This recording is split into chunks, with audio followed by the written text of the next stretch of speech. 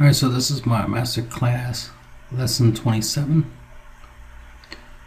Fastest way to build a consistent deck. Alright.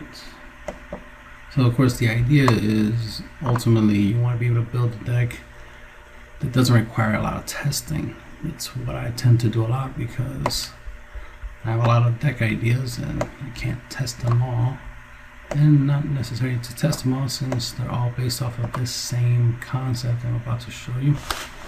So the idea is to simplify things, right? To mass produce a whole bunch of decks that are good and consistent is a template. All my decks are literally the same deck, they're just reskin, as I call it. There's the same deck, just different cards. That's it. You know what I mean? You know, like for example, I'll put this in. For example, Dormant Potential Unleash. It's not that different from Violent Rays or from a Flying Nimbus. You know, things of that nature. You know, we got some graveyard negates, like this one. You know, for the greater good. This is a counter attack you could play for the drop. Every color has it, right? So right there, I already got two, you know, good one energy negates that I can use. And so that's the slot I put them in. I put them there. All right, let's put in the unisons. Right, I got my 4 drop. I got my I got 2 drop right here. Was I not gonna put it in another one? Oh, there we go. So we go look. All right. So for the unisons, you all know I like to use 3 unisons. So let's go to the unison folder. Green. All right. So when it comes to green, most of my go-to unisons is obviously Vegeta Resolute Agent of Destruction because it has a built-in board wipe plus its double strike crit. You know, and I can make it 25k double strike crit, so it's good for a finisher, or at least good for helping you set up a finisher, finishing play. But ultimately, it's the board wipe, which is why I would play it for anti-comboing. If I need like a 2-drop unison, you know, obviously for charismatic villain Frieza, and also the ability to not require the to combo defensively. That's where this would come in.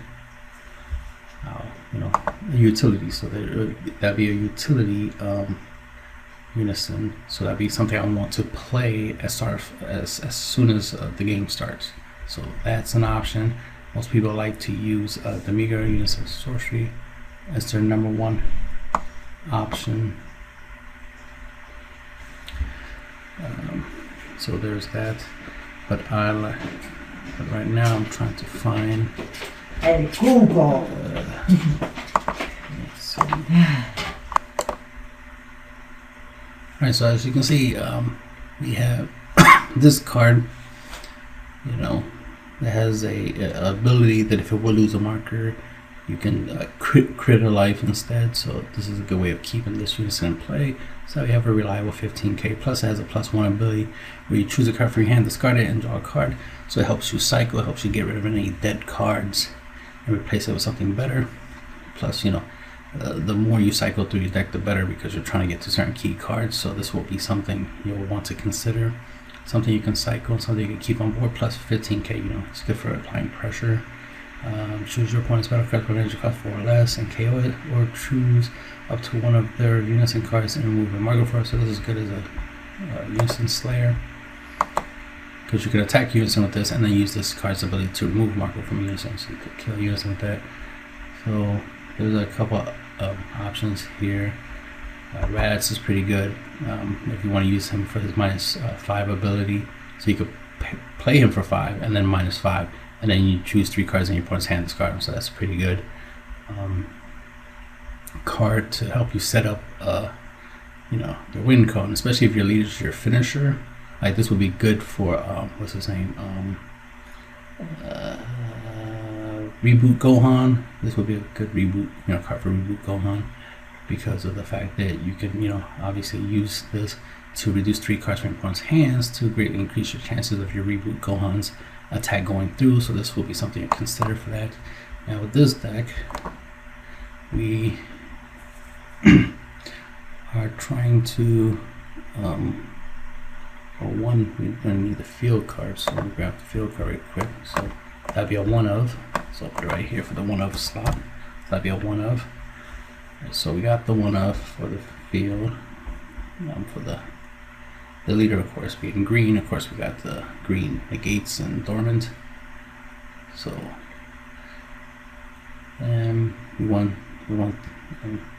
we don't need to ramp in this deck, but that would help us awaken faster, but we don't need to ramp. We're not trying to ramp in this deck. We definitely want to stall, put up some defense. If they had a unison blocker, I would want one. Technically, this can create, this turns the leader into a blocker. Not trying to turn the leader to a blocker. I want a green blocker. We currently don't have a green unison that is a blocker at the moment. So right now I'm thinking this is more for his burn effect, but his revenge ability does come in handy, so it will increase this deck's defensive capability. So I play blockers, use this to give them revenge, so that was their revenge blocker, obviously. So this it's adding some defensive utility. So this is my defensive card, this is my border wipe card, or my end game card, and right now I'm trying to look for a utility unison, something I can use for this deck. I mean, this would add a certain level of defense, still allow me to apply pressure. So this is for now until I consider something better, or I might just cut it and just only go with just these unisons. Right now we're going to go with the, well, since we have one copy, I'm going with the P3 route. Oops, sorry, there we go. So we're going with the 3-3 route. Alright, so we're going with 9 unisons and then the 1 of, so that's 10 cards there, and then of course everything else is just 4 of. Right here, this slot right here is where I would put a super combo. So that'll be this. So here's the super combo slots. Right here is where most of my negates, like battle card negates or defensive battle cards, will go here, and everything on the top usually is like attackers. I have the finisher here, and I go from like high cost to low cost. So let's see what I got. That's the Bardic deck. Alright, so what I have in here so far that I haven't put in. So okay, I am going with a super combo in this build. So there's super combo. Like I'm saying, defense. So here's a defensive card. Here's another defensive card. So I got a battle card that negates an attack. I got a blocker. So there's defensive cards. But this deck I still want to add more defense, so I have to just move that slightly. So here, experimenting with something new. So let me move everything over. I'm trying to put a lot of defensive cards in the deck. I'm trying to stall with the deck. So that's the strategy we're going with. Yeah, I mean, this will let us get more cards. Let us reuse our negates. Alright, so obviously we're trying to use stuff like bigger more, graveyard, negate, dormant potential, get a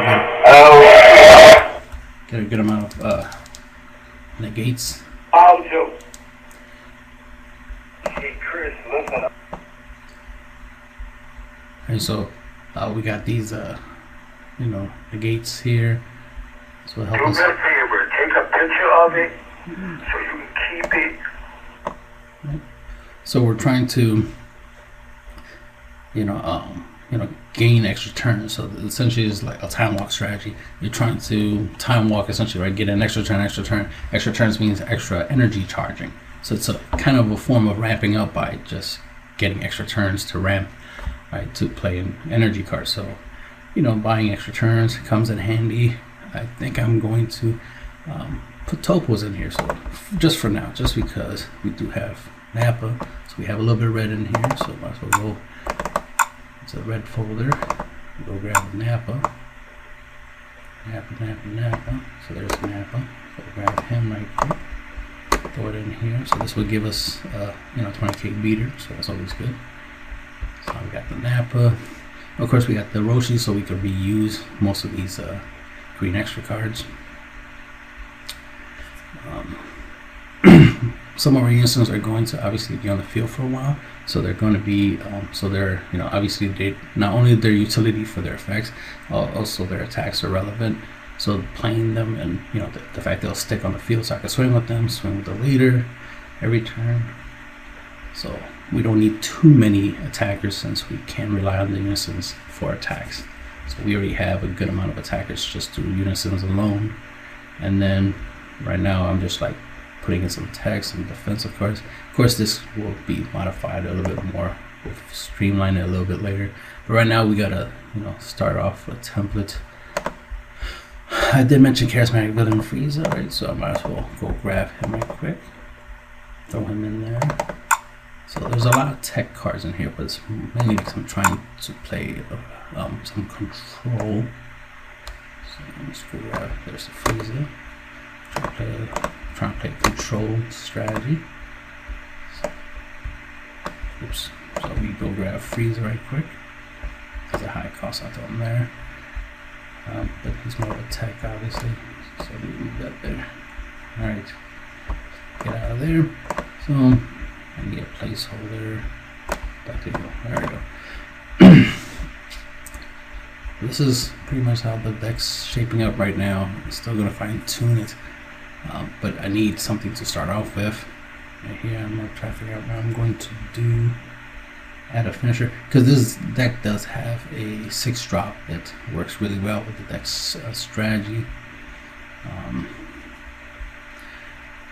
But I am trying to, with this deck, it would be nice to get the deck's win con, but I'm actually trying not to do the win con, so I don't need it. So I'm trying to do more of a Dr. Euro Lab control strategy where, you know, I'm trying to go aggro, obviously, to a certain degree. That's why I said I still got to fine tune it, you know, try to make sure I get a good amount of aggro in here. But I'm definitely trying to use Dr. Euro's Lab in order to take my opponent's 4 cost or less battle cards off the board, so that way it gives me some because, you know, with the leader effect, when it's awakened plus this, it's automatic built-in barrier removal for anything 4 or less, barrier removal, right? Because you use the leader's ability, right? His active main, first active main, once per turn, choose 1 card in your hand and place it into your drop area. Choose up to 1 keyword skill on one of your opponent's battle cards and negate it for the duration of turn. So I will negate barrier. That way, when I use Dr. Yuro's effect, Lab's effect, active main, pay 2, choose one of your opponent's battle cards with energy cost 4 or less and place it under this card. So this is a reusable barrier hate. So this already has built-in barrier hate. This just by this leader, I already have built-in barrier hate. So I don't need a lot of cards in here that hate on barrier. But for anything higher than 4, then that's where, you know, something like Vegeta, as you can see, it can KO a whole bunch of stuff as barrier, which is useful. A way to, let me see, give some ideas. Like this could be good against the slug package that Mecha Frieza has. You can use this to get rid of the 20k Lord, Lord Slug. You know, so for 2 energy, you can get rid of the, that problem. This can help you get rid of many other problems. You can use this to get rid of Black Mass Saiyan, and you know, any of them low cost floodgate cards. You can use this against what's his name, Super Saiyan 4 Goku Annihilation, Absolute Annihilation, or something like that. You can use this against him. You know how many problematic cards out there. Let's say I get in a scenario, because this definitely can happen. So this will be a good little play. My opponent topos me. Yeah, right, they topo me. Well, I don't want them to have this 20k body on their board, right, to swing back at me. It's bad enough they already negated me and they got topo in play. So for 2 energy, use this and take care of this. You know, this is good against, like, if you're going against the baby deck, you know, where they do a lot of counterplay stuff. So they're always putting bodies on board by, you know, getting your attacks and stuff. So you can take advantage and use this. Of course, this can help you get rid of blockers. Let's say you go just for the sake of it, right? Let's say your opponent, you're going up against Dark Broly. Granted, this won't be able to affect any of the 6 drops, but you can get rid of a lot of the 1 drops. You can use this to grab the 1 drop Broly for your opponent's field, or Toa or something. Because let's say for some reason your opponent, I mean, there's no reason to play the 1 drop Broly turn 1 if you don't have the ball, right? But if, let's say they do. I mean, let's say you go first, you play energy, your opponent goes second, they play Dark Broly, but for some reason they don't evolve it, and then they end their turn, right? Hypothetically, then you can just take advantage of taking the Dark Broly through this effect. More so, you use this on like Toa, Black Mass Saiyan, because I've seen Black Mass Saiyan be used in Dark Broly before. This can get rid of what's that 3-drop guy? Mecha Kobora, the one people like to use, you know, and call out a name and stuff. You can use this against that. What else will this be good against? I mean, it's just good in general, just because there's going to be, like, let's say your opponent has a Nappa, you know, on the field. You know, you want to get rid of it. You can use this to get rid of it. It's just the obviousness that this is pretty good. You always want to keep at least 2 energy up for this.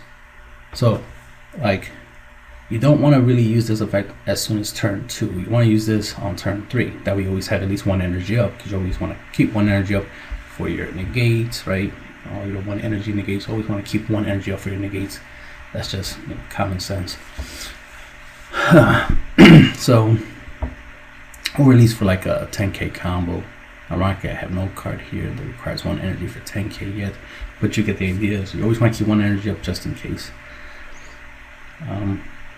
The less energy you need to play, the better. So that's why it's nice to play free plays or some low cost. So that's why we got Frieza, he's free play, Nappa's free play, and everything else is like pretty much low cost. This is pretty much 2, 1. This is 1 for its graveyard ability. This is 1 for its graveyard ability. You know, a bunch of 1 negates, you know, so you get the idea. So a lot of low cost in here. A lot of free and a lot of 4 or less, which is always good. I'll fine tune this a little bit more because I might not need this Android 18. I might take him out. Definitely the Zarbon should keep because he goes good with Vegito combos real well. Revenge blocker strategy, so we'll see with that. We'll see what I do with that. Technically, there's slot. I could put a Celzano in here. So let me go grab him just in case. In case I decide to go with Celzano. Like, you know, let me throw Celzano in there. Have an extra win con. That's another thing is win cons. You wanna, the first thing you want to do is figure out how you want to win, and then of course build a deck to help you get that win. So you might wonder, like, I mean, why play Dr. Joe? Well, he has a lot of benefits. He awakens when you have 4 energy, so you don't have to wait too long for him to awaken. What am I looking for? Yeah, I'm looking for something. You don't have to take too long to awaken. He's a green leader, so that gives you access to obviously tournament potential. Let me see. Does this require? Yeah, this even bigger more, which requires, you know, green leader. So sorry. So it's the fact that he's a green leader, you know, opens up stuff. It lets me play Nappa, you know, because he's a green leader. Bang! I have access to Nappa already. Now, like I said, this deck has, you know, its own card. It requires 2 blue minimum to play. Not a bad card. But I'm not going the blue-green route. Let me see. This is a good card just because of the blocker, and if I give it revenge, that'd be decent. And once per turn, if it would die, it doesn't die. Might want to consider grabbing that. Some of these cards I would like to use. You know what? I don't want to take the Zarbon out, so what I'm gonna do is swap that out. Bang! There, simple math. Bang. So there you go. More blockers to go with the unison. Let me save image of the template of the deck. And this is like the starting point. Obviously, that's the whole idea of a template. It's a starting point. I already have a way a method to, you know, of how I build decks. And since all my decks are pretty much built the same way, they're all consistent, they all work the same. I don't have to worry about figuring out the ratios and stuff. They pretty much will work the same. There's no guarantee this deck's gonna stay completely green, so we'll see what happens. So I haven't figured out the high cost card I want to use.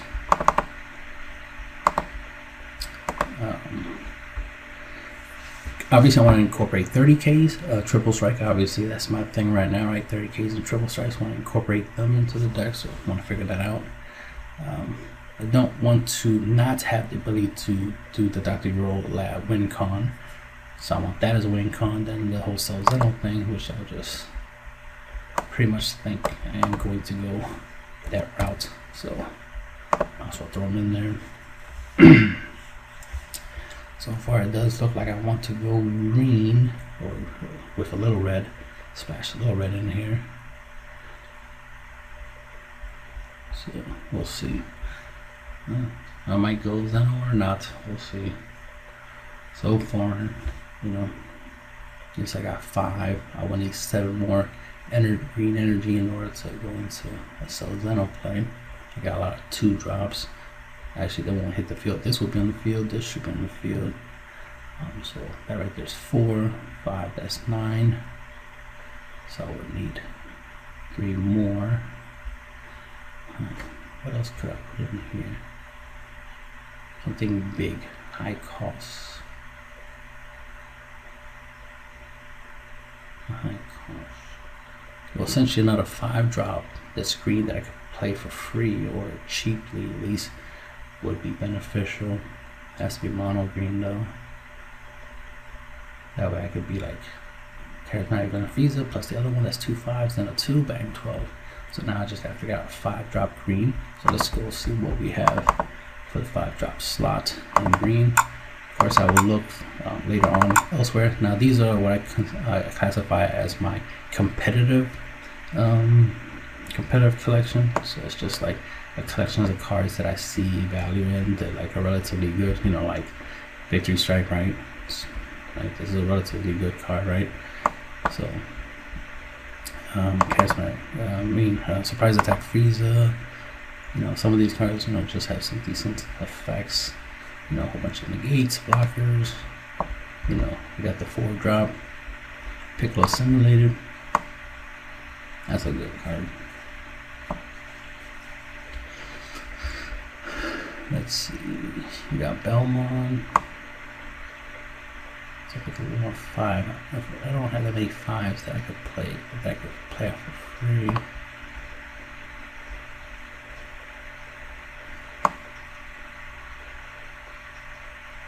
Technically, it don't have to be 5. It could be a 3 cost. Here's a 4. Does that play for free?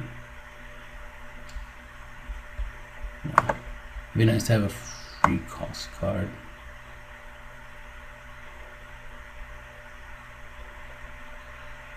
Let me see, cast my villain that I play.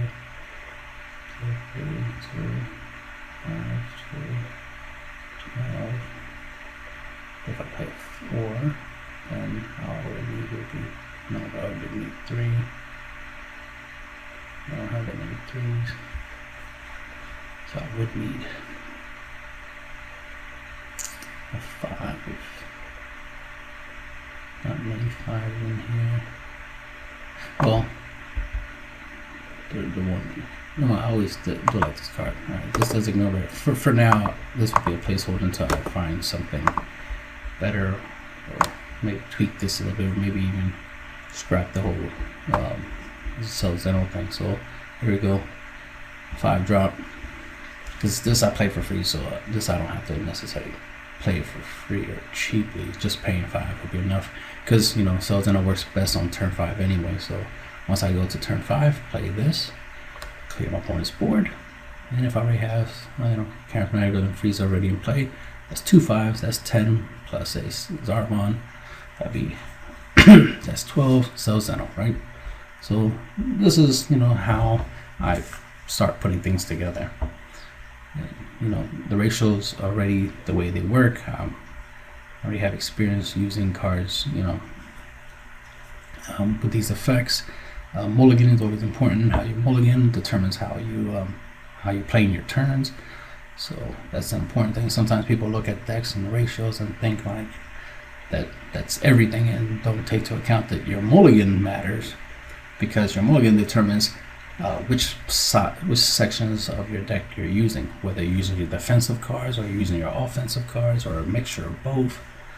Some people are like, oh, too many unisons. It's like, well, you know, you can always mulligan the unisons. If you draw too many unisons, mulligan a whole bunch of them back and hopefully get something different, you know.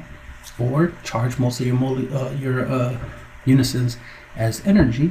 That way you don't charge your your other stuff, your battle cards, your extra cards, right? Just charge your unisons then. It's not a problem.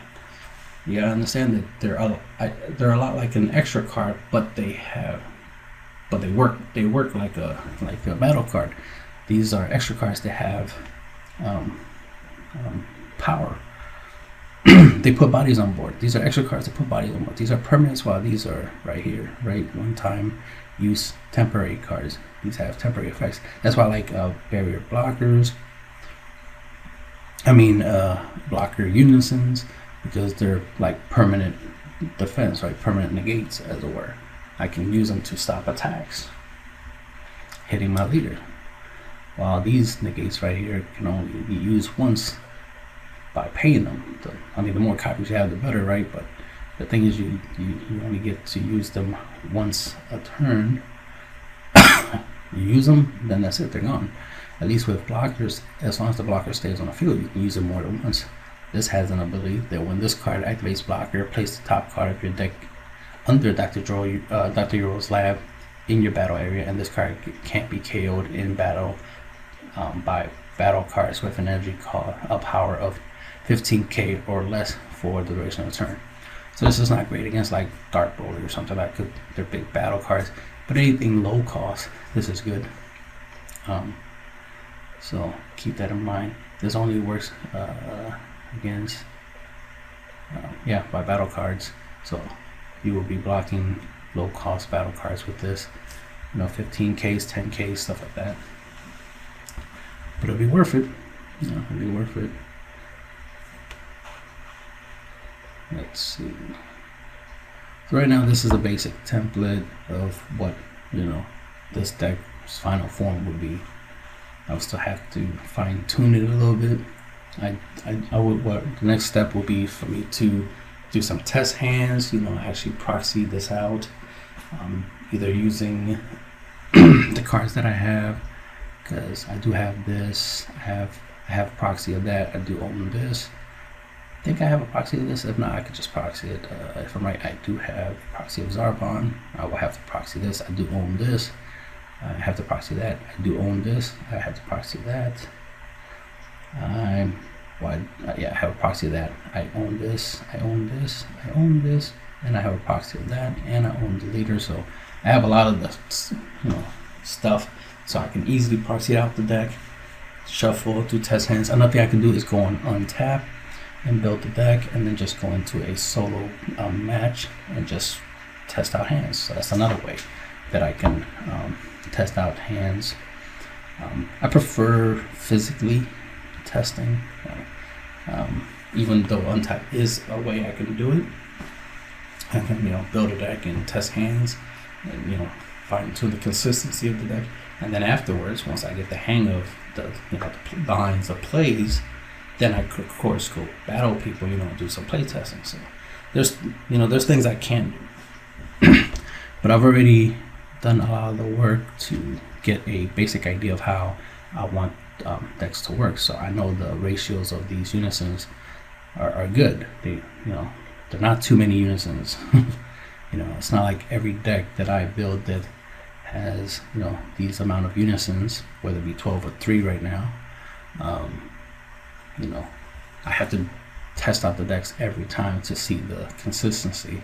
It's like I already know the effect these cards are going to have in the game. It's just a matter of what the unisons, the 3 unisons I choose, what they're going to do.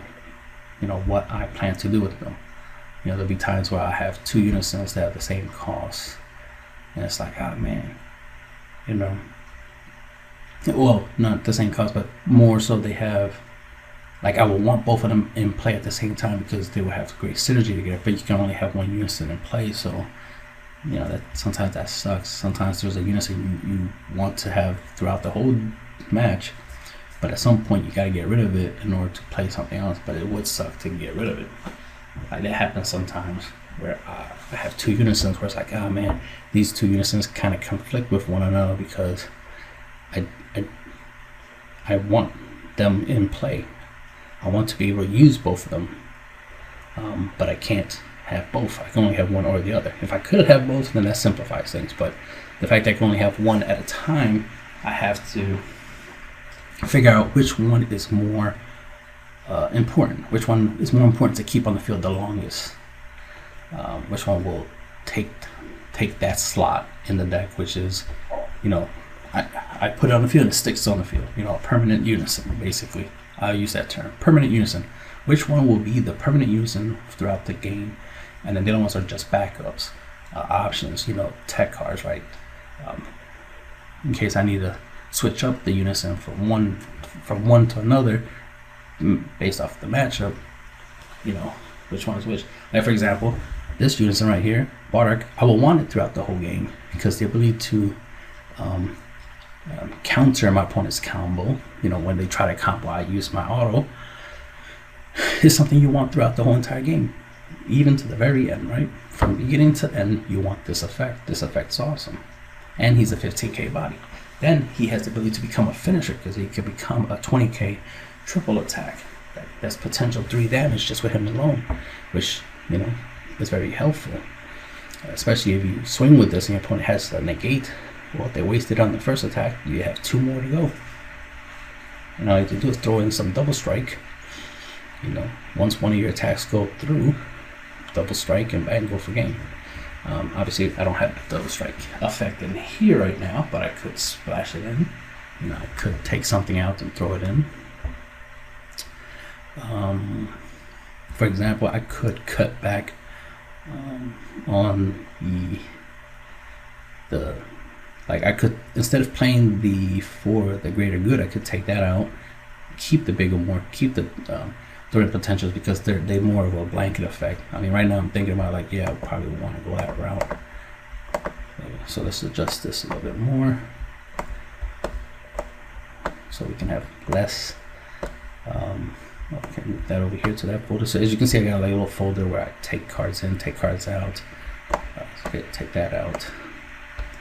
And let's throw a little double strike in. Why not? Let's throw a little double strike. So I'll go into my red folder, have a little double strike.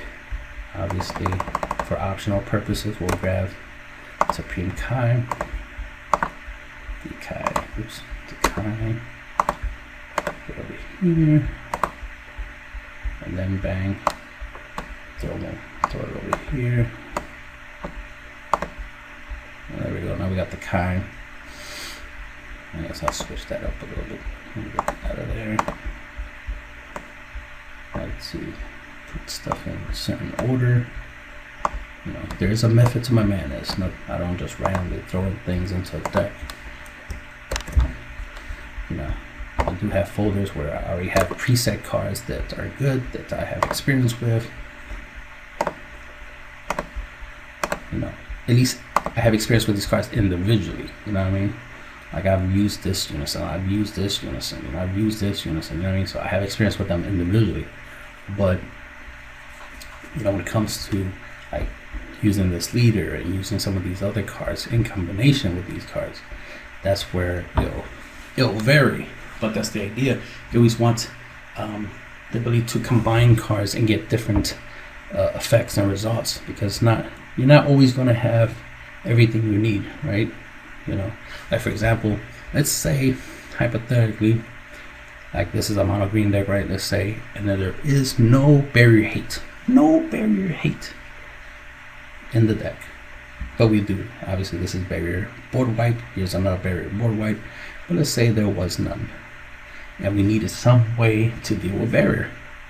Well, with the leader's ability to remove the barrier effect, right? The barrier keyword skill. and then use this to get rid of them, or just use stuff that can KO battle cards. Let's see. No, this doesn't KO any. Oh, yeah, KO's my stuff. Oh yeah, this has revenge, blah blah blah. Obviously, revenge gives you a anti-barrier effect because you give it to, obviously, barrier to one of your blockers. If your opponent attacks something with barrier, you could just block with your blocker, and then revenge will KO the card that has barrier, because barrier revenge bypasses barrier. So we do have some, you know, barrier hate just through the effect of revenge,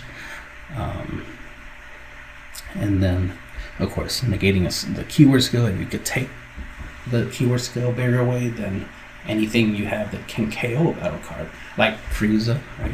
Charismatic Frieza. So if you can negate the skill of one of your opponent's battle cards, preferably on their turn, right? Because you can only really do this on your opponent's turn. The charismatic villain, this doesn't have a use on your opponent's turn, it only works on your turn. But if you could negate the barrier skill, then you will combine it with charismatic villain and Frieza, and then get that type of, you know, barrier hate type strategy.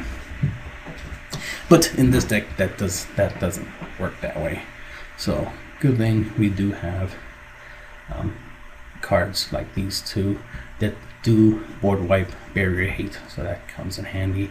The leader, along with the field card, does give you barrier hate. So we have some barrier hate in here, a good amount. So don't have to worry about things with barrier too much. And then we have blanket effects right here to give you extra turns, so that we can have extra chances to attack. To attack your opponent. Extra battle phase is always good. And then, you know, we can sell Zeno as a win con. We have the Dr. Hero Lab win con. So that's the thing, is the fact that you at least have some added abilities to win. So you either win through, you know, attacking, whether it be with this unison and let's say a double strike play, or you win through burn, because that's what this is in here for. Not just that it gives revenge. Revenge is helpful because you combine it with Zarbon, so there's synergy there. Also, it can work with him because he's a blocker, right? So there's some synergy there. But more so for its -7 ability, that you can use it. This deck, you know, does try to stall. So if you can get your opponent down to 1 life, right? Get them down to 1 life. And you're using Big More, using your Dormant Potential Leash to stall until you have 7 energy, and then tap 7, play this for 7. Or you could do it as soon as 6 if you have 2 copies of these, right? So let's go with the faster route, 6. So turn 6, right? Tap 6, play this for 6. Use the second copy, give it to it so it has 7 markers, -7, and then bang. Since your leader card is mono green, look at your opponent's life, place 1 card among them into the drop rate, and if they only have 1 life, you're sending out 1 life to the drop, and then they lose 3 cards in their hands. But that's irrelevant because they lost the last life they had and gained. So we have a burn. So we have a win con through the Vegito Unison. We have a win con through Dr. Hero. We have a win con through Cell Zeno. We have a win con just to like double striking your opponent, you know, early game, and then finish them off late game through unison effect, you know, through playing your through your unisons, you know, abilities, you know, using them as finishers, or just beating them with something like Goku. You drop Goku, clear your opponent's board, and then you go swing for game type stuff. Of course, we got Topo to give us another way to get extra turns, so that's what we're going with, the extra turns. So we got Topo, Bigger More, Dormant Potential to give us extra turns. These cards are generically good. We already know, you know, that they're good, they work, they're effective. Don't need to play test to know that Topo is a good card. Don't need a play test to know that Charismatic Villain Frieza is good. You know, because we do have unison, so we're guaranteed to be able to play it for free.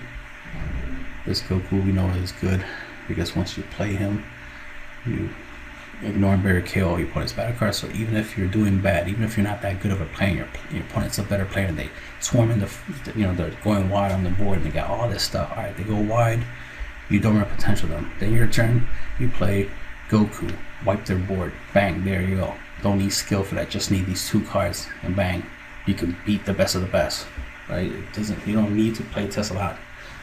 You know, when you understand the game well enough, you can build decks and play matches in your mind, which is another way I play test, other than test hands or actually play testing through like untap or somebody in real life, is playing in my mind, right?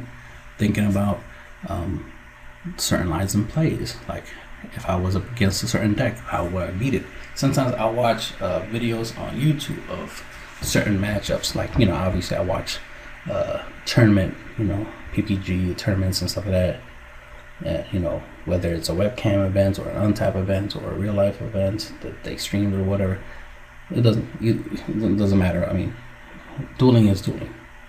I will watch certain gameplays and see, you know, what, you know, certain decks are doing. You know, seeing what people are doing with Dark Boy, seeing what people are doing with Mecha Frieza, and so forth and so forth. Like looking at what people are doing and then taking what makes those decks, you know, do what they do and take it into account. Like Mecha Frieza, for example, has the slug package. Essentially, you know, it's just a strategy to get out a 20k battle card with barrier, which is nice. You know, 20k barrier, that's really good stuff. And it does have the Bond 2, was it? I think Bond 2. So it makes it where you can't add cards from your deck to your hand unless it's the effect of a leader.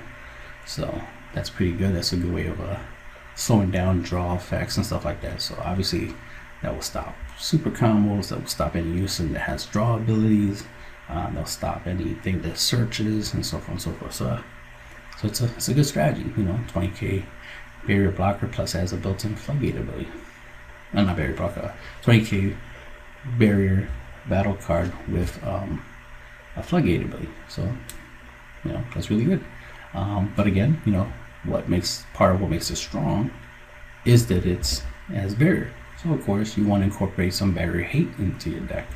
So whether the hate comes, you know, automatically from the leader or from unison, you know, from unison, or you know, you take advantage of revenge and try to, you know, take down things with barrier with that, or you know, a battle card with barrier hate. So incorporating barrier hate is useful. Of course, incorporating barrier of your own, playing stuff that has barrier, so that way you put your opponent in a tough position, because if they don't have barrier removal, then, you know, that gives you an advantage. You always want to make it harder for your opponent to win and easier for you to win. Make it hard for them, make it easy for you. That's always how you want to do it. So that's why, you know, trying to have multiple win cons. It's always good to be able to turn anything to a win con. That's what's so nice about E-Supreme Kai, for example. Anything can be a win con. A Nappa can be a win con using this. Zarbon, Topo, character within Frieza, your leader can be a finisher. You can easily turn anything to a finisher, because it's not too hard to get your opponent down to 2 life. So as long as you have some double strike, you greatly increase your and the more the merrier, right? Increases your chances of winning the game. So far this looks good. We'll see what the final form of this will look like. This is I just put this together right now just to show a concept.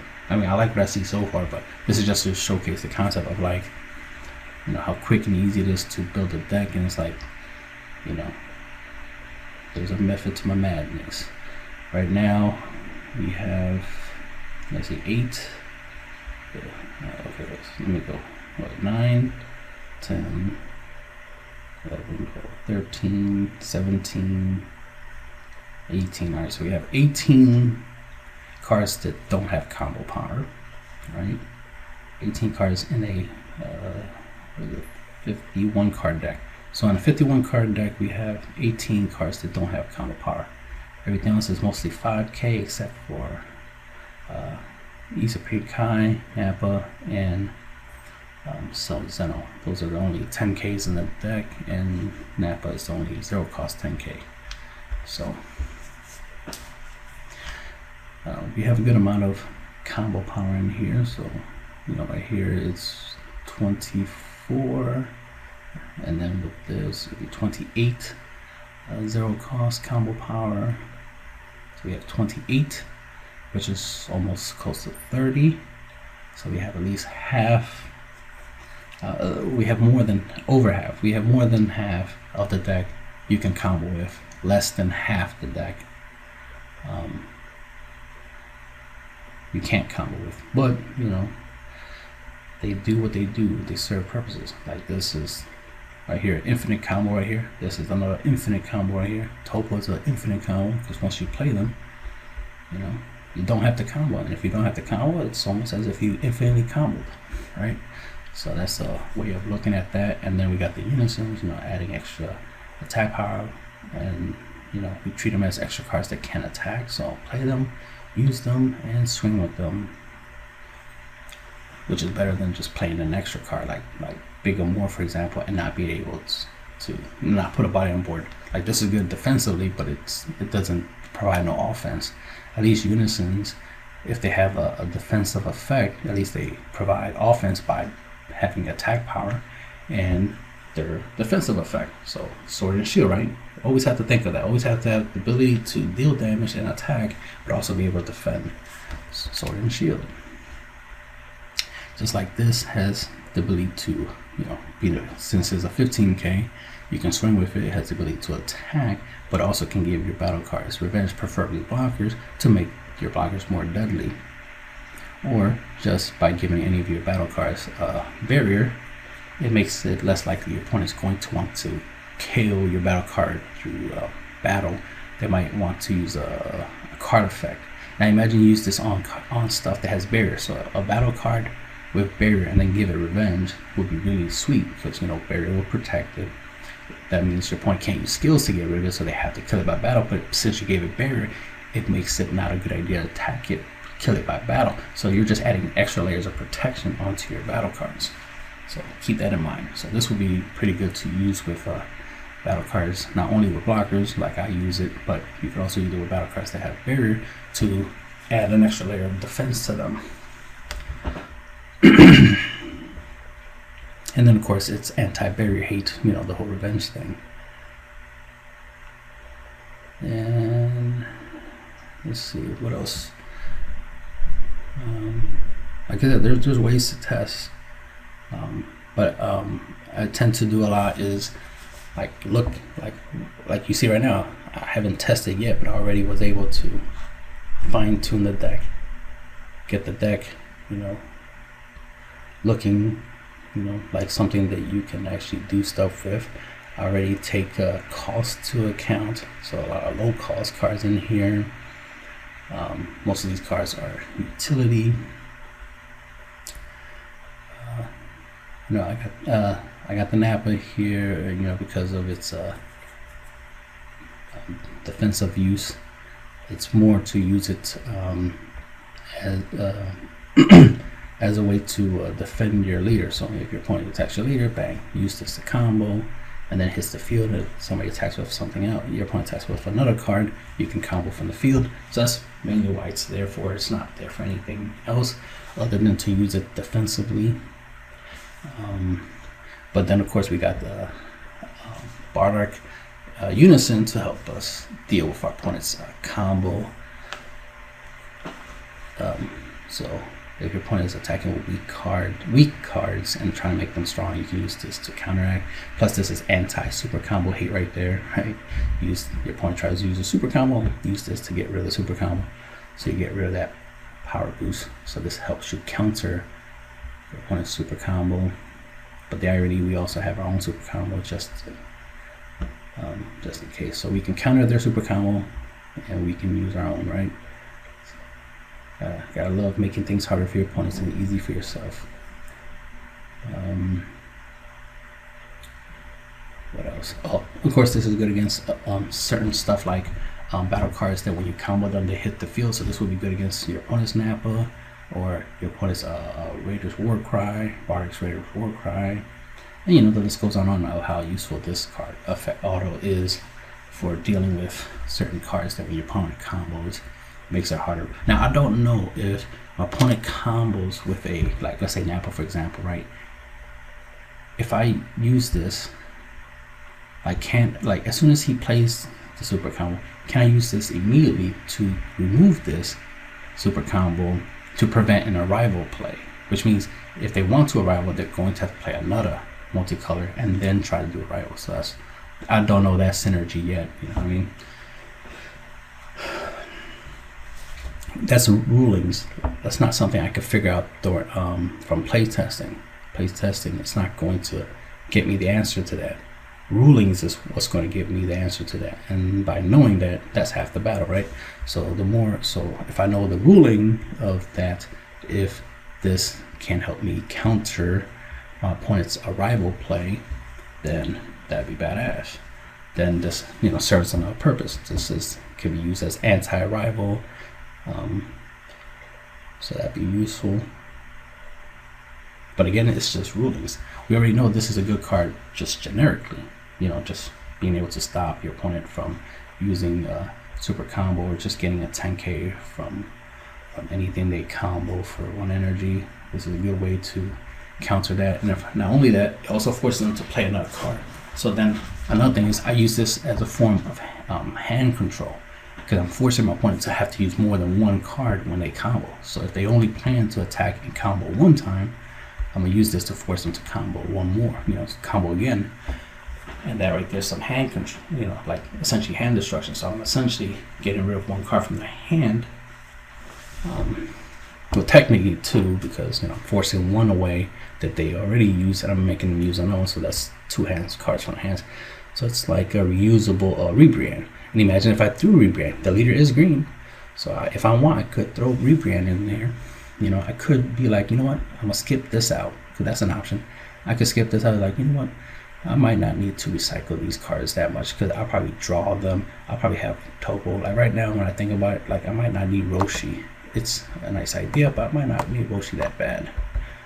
Let's see, do I have rebrand in here? No, I didn't put her in here. So let me go grab rebrand, just because I can. So because of the unison, because of what the unison can do, like I said, in my mind I was thinking of battling, thinking of like how I could use the unison, you know, just inspired the idea, like, you know what, I'll go the rebrand route. I want to hold back. Why hold back? Because this will add to my defensive capabilities, you know, the ability to defend myself more. So throw that in and bang, there you go. And she's a 15k body, so in case I have to play her and use her. So there you go, just upgraded the deck.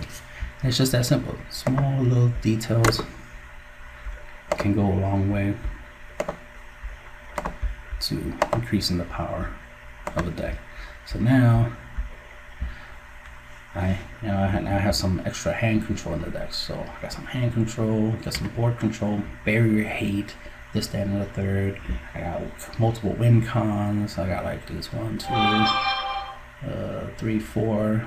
No, wait, no. 1, 2, burn. That's 3. Potential using this as a finisher. That's 4. And just using like anything with double strike. So I got 1, 2, 3, 4, 5. Essentially 5.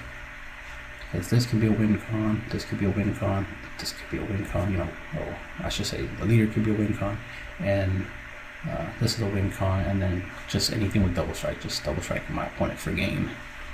So I have at least 5 win cons in the deck. That drastically reduces my chance of winning. Let's say I only have 1 win con. Let's say nothing in here can easily win me the game. Let's say everything here is just like a whole bunch of stuff I could play for free, and Celzeno is my only win condition. I only have 1 win condition. And if I fail at using Celzeno to win, or if I, you know, or let's say I can't get to the point where I can play him. If I could play him, I would win. But let's say my opponent tries to, you know, does stuff to make it hard for me to play him, then I can't win with him. And if he's my main and only win con, then it makes sense that I would lose, right? So that's why it's always important to have more than 1 win con, because 1, you might not be able to do your win con, Another, if you only have one. The other thing is, if you only have one, your opponent only has to stop that one. But if you have multiple win cons, that makes it hard for your opponent to stop everything, because then they're going to have to, put multiple cards in their deck to try to deal with all your different win cons. Like Cell Zeno, as you can see, it's a attacking win con with a battle card, so they'll need some way of dealing with a battle card like a Mafuba or something. But then you have a Unison win con, which they can't Mafuba, so that right there is something they can't Mafuba, so they can't use Mafuba against my Unison win con. They can use it against Cell Zeno, but they can't use it against my Unison. So if I use my Unison to go for game, well, their Mafuba is pointless, right? The Mafuba won't work against this. It would only been good against this. So that's why it's good to have more than one type of win con. Then of course there's some cards that is only good against battle cards. So your leader being a win con. So you swing with your leader, give him Isapin Kai, pump your whole hand into his attack bag. Now your leader's a win con. And if your opponent only has like Mafuba or something similar to that, or a card that only can KO battle card, 5 costs or less or 7 costs or less, that's useless against a leader swing. That's only good against a battle card swing, right? Stuff like that. And then just having battle cards that are low cost, that have double strike or more power, double strike, triple strike, or quadruple strike, and use them to win.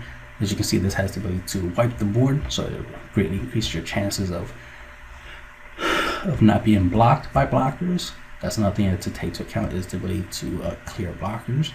Obviously this card can do that, can clear blockers. And then it also reduces the chances of your opponent having any battle cards in active mode that they try to combo with. So you're clearing the board, just to increase your chances of your 25k double strike going through, plus using things that are strong, things that have 25k power or 30 or 40, or that greatly increases your chances of beating your opponent with one attack. That's the going tall strategy, right? And then making them stronger by comboing, right? Of course, it helps to have a lot of zero cost 5k combo, so that way when you have a pretty thick hand, you can dump it all into an attack. Doesn't hurt to have a super combo, of course, but it's not always necessary, but it is an option. And just combine all this stuff together and get a certain outcome. But again, you gotta have a game plan. You gotta know how you want to win.